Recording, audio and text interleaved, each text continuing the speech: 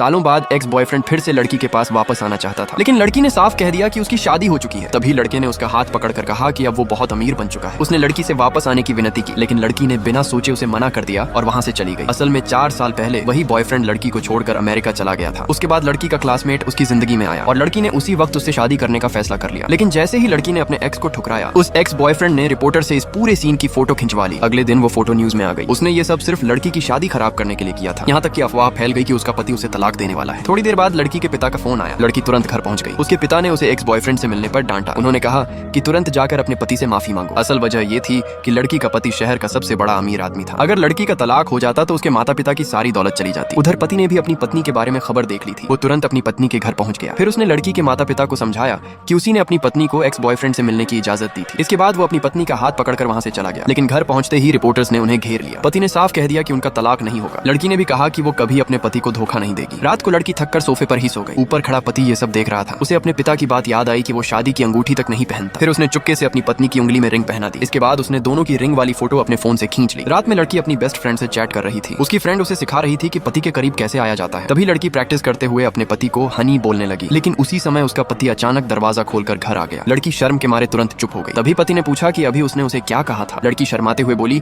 कि वो अपने पति से बात नहीं कर रही थी। पति ने पूछा कि घर में उसके अलावा और कौन है। ये सुनते ही लड़की शर्म से भागकर अपने कमरे में चली गई। उधर पति बहुत खुश था क्योंकि शादी के 4 साल में उसकी पत्नी ने पहली बार उसे इतने प्यार से बुलाया था। और दूसरी तरफ लड़की बाथरूम में जाकर शर्म से अपना चेहरा छुपाने लगी।